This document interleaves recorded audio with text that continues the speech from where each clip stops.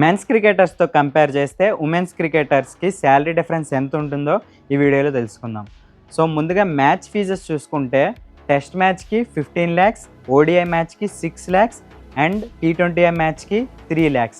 అంటే for example ఒక player 5 match test series ఆడాడు అనుకోండి, 5 × 15 = 75 lakhs అయితే ఎర్న్ చేస్తారు. ఇది మేల్ క్రికెటర్స్కైనా ఫీమేల్ క్రికెటర్స్కైనా సిమిలర్గానే ఉంటుంది. కానీ డిఫరెన్స్ అంతా బీసీసీఐ సెంట్రల్ కాంట్రాక్ట్లో ఉన్న ప్లేయర్స్తో అయితే వస్తుంది. సెంట్రల్ కాంట్రాక్ట్లో A+ కేటగిరీలో ఉన్న మేల్ క్రికెటర్కి 7 crore వస్తాయి. అదే ఫీమేల్స్లో అయితే A+ కేటగిరీయే లేదు. అండ్ ఏ కాంట్రాక్ట్లో ఉన్న మేల్ క్రికెటర్స్కి 5 crore వస్తే ఫీమేల్ క్రికెటర్స్కి 50 lakhs మాత్రమే వస్తాయి. అదే బి కాంట్రాక్ట్లో ఉన్న మేల్ క్రికెటర్స్కి 3 crore వస్తే ఫీమేల్ క్రికెటర్స్కి 30 lakhs మాత్రమే వస్తాయి.